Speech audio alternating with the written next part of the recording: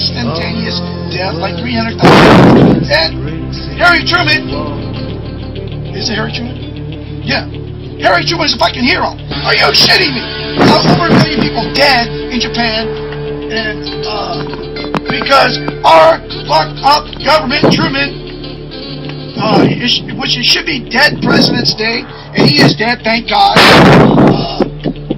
dropped 2 big nukes on a country and killed all those people, and he's considered a hero. Does that make any sense to you out there, world? And we are celebrating by flying the fucking flag high.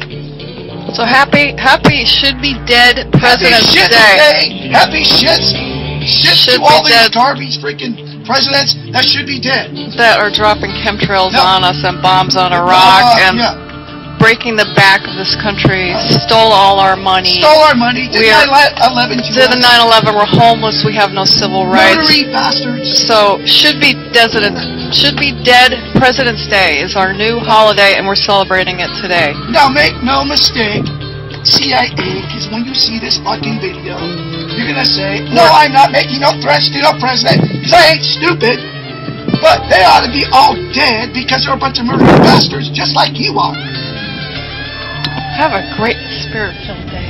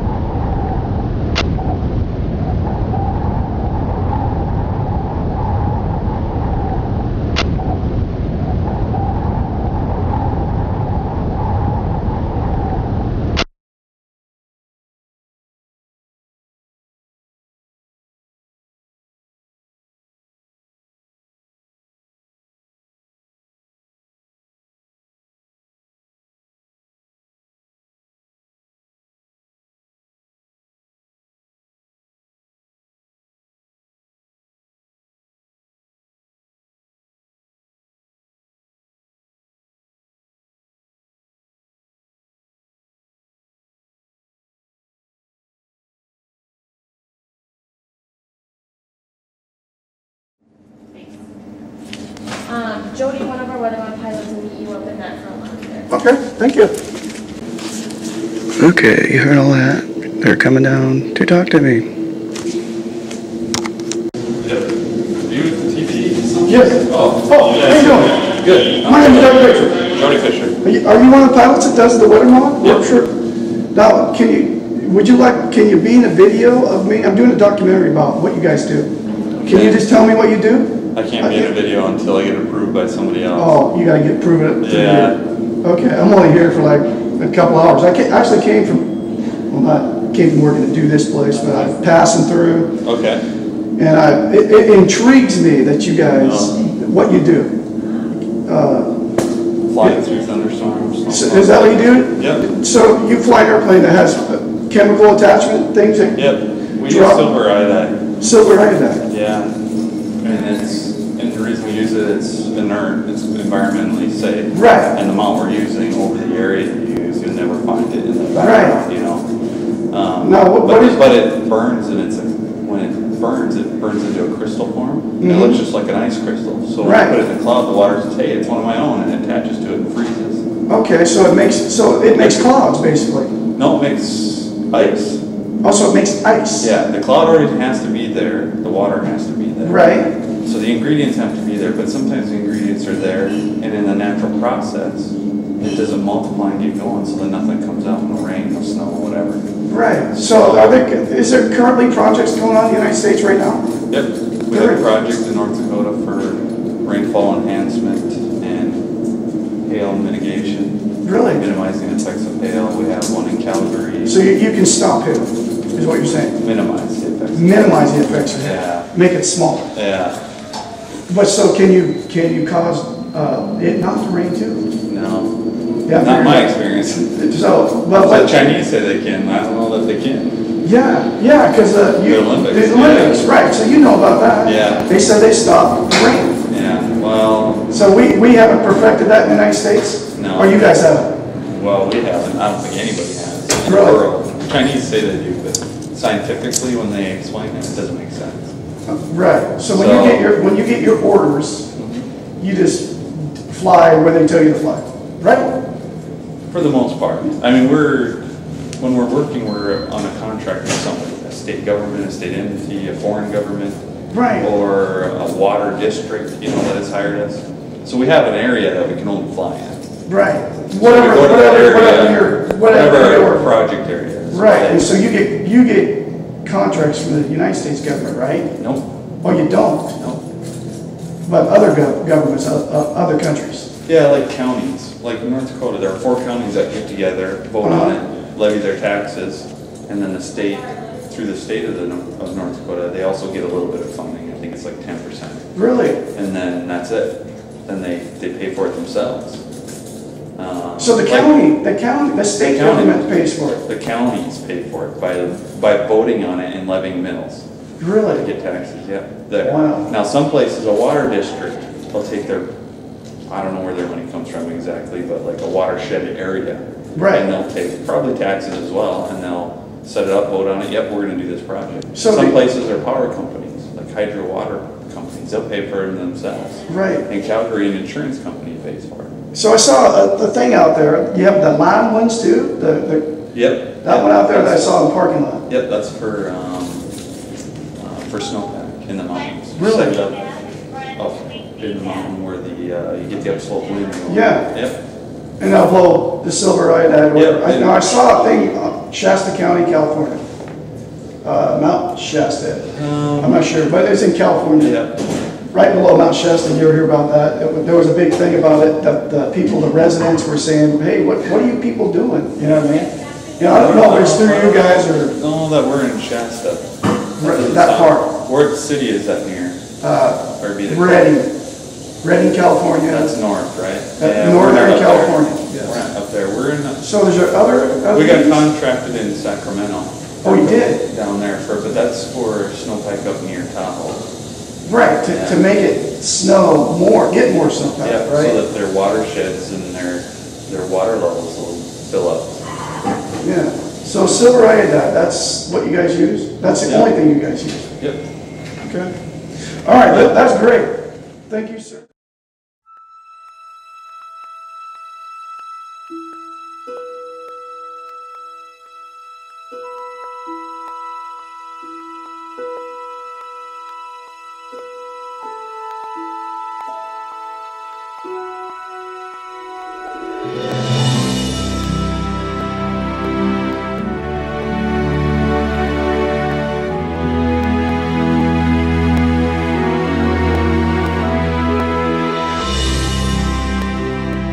Let's say we were doing geoengineering because we wanted to make the weather a little bit better. There will be monsoon failures during that period, there will be huge hurricanes. The global studies indicate there will be some impact on precipitation patterns. Might involve large-scale regional agricultural disruption lasting a number of years.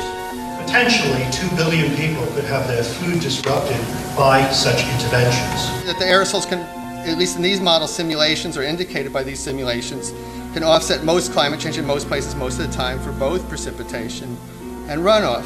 But it's likely to cause some damage in some places.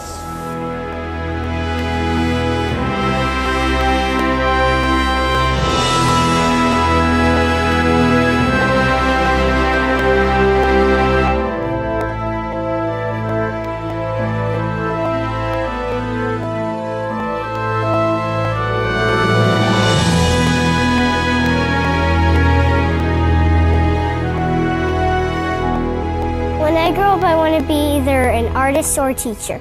I want to grow up in a world where there's lots of nature. I love nature. How can I look my children in the eyes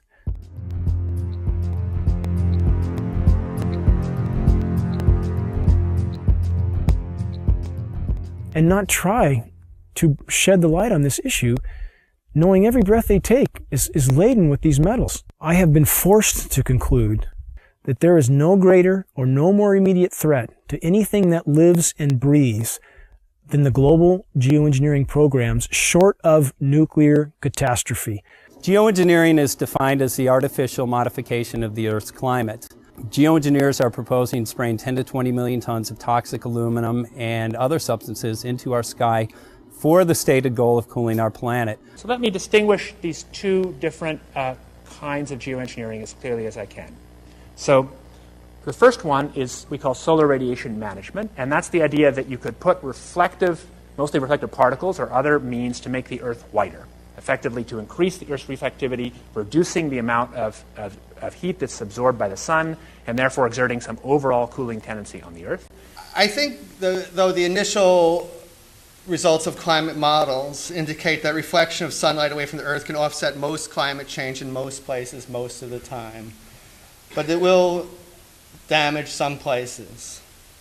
We've mostly thought about sulfur, and nevertheless, there might be some good reasons to think about alumina. It turns out, first of all, there's been a lot of work on the environmental consequences of alumina in the stratosphere. There's a bunch of papers going back to the 70s that look at the radiative and ozone-destroying properties of alumina in the stratosphere, and those make you think it might be useful. Do this in just a jet in a very simple way. Make high-quality alumina particles just by spraying aluminum vapor out, which oxidizes. So it's certainly, in principle, possible to do that. Since we released What in the World Are They Spraying, hundreds of people from around the world have began taking rain tests.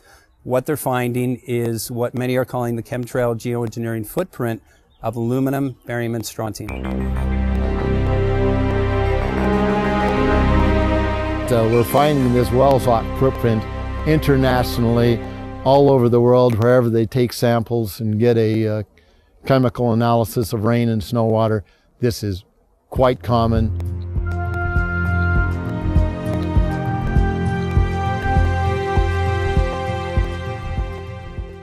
Wherever you see the jet chemtrails go over, you're going to get aluminum, barium, strontium coming down on you.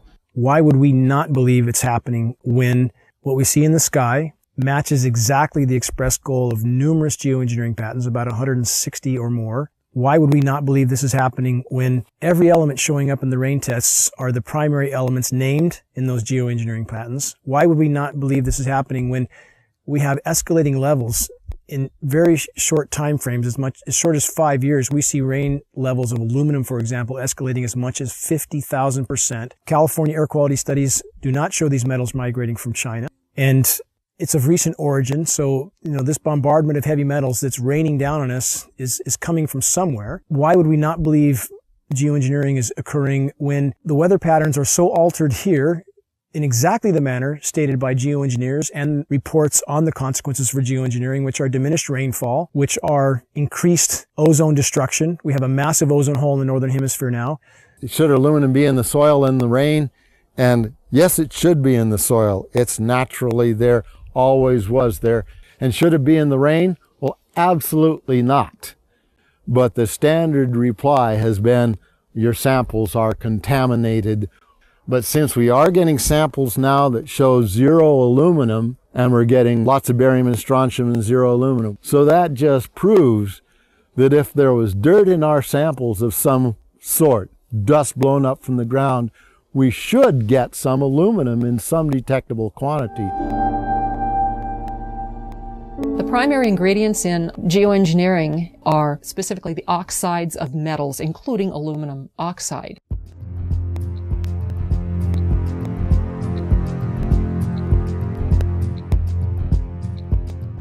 This is devastating to plants, totally devastating. The trees are dying. Why? Approximately 2 years ago, I rode in the back, and you can ride in the back of my place for miles. You can go all the way through the woods, creeks and everything, and it was, I say was, gorgeous. And the day before yesterday, I took a ride, and I rode in the back, and what I found was total devastation. As I pointed out before, Michael, we're seeing, as in this example here, very hardy native plants completely flash out dead. That looks like it's been hit with some kind of a chemical.